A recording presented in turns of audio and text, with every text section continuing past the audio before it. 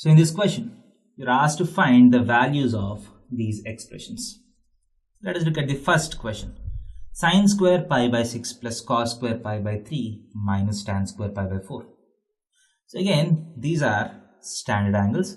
Pi by 6 is 30 degrees, pi by 3 is 60 degrees, pi by 4 is 45 degrees. So you know the values of trigonometric ratios correspond to these angles. Sin 30 degrees is 1 by 2. So sin square pi by 6 is 1 by 4.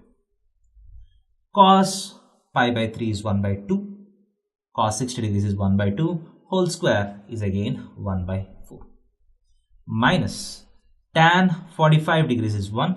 1 square is also equal to 1. So half 1 by 4 plus 1 by 4 is half, minus 1 is minus half. That's it. Let us go for the second question. Cot square pi by 6. Pi by 6 is 30 degrees, right? So cot 30 degrees is root 3. Root 3 whole square is 3. Cosecant of 5 pi by 6. 5 pi by 6 is nothing but 150 degrees.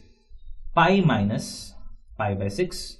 150 degrees can be written as 180 minus 20. So the pi minus the angle in the second quadrant, cosecant is positive, and it says pi is 2 times pi by 2, so the number is even. So cosecant remains cosecant pi by 6.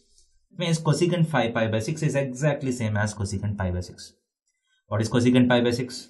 Cosecant 30 degrees. 1 by sin 30. Sin 30 is half. 1 by sin 30 is 2.